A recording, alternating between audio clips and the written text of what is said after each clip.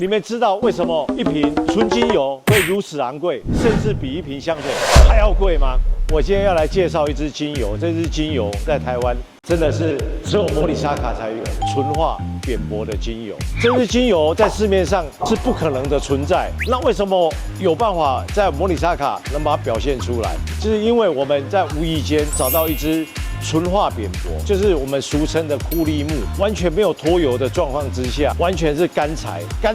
让它把它提炼出来一个扁柏精油。那今天我们一共准备了150公斤的扁柏，但是我们取出可以用的料大概只有74公斤。依据我们上次的经验，大概1公斤只能提炼出3.4 cc 的精油，所以这个精油特别昂贵。好，那今天我们特别把扁柏的拆切，然后扁柏的取料，到整个完成破碎，整个放到炉子里面来提炼，让慢慢的一滴一滴滴出来，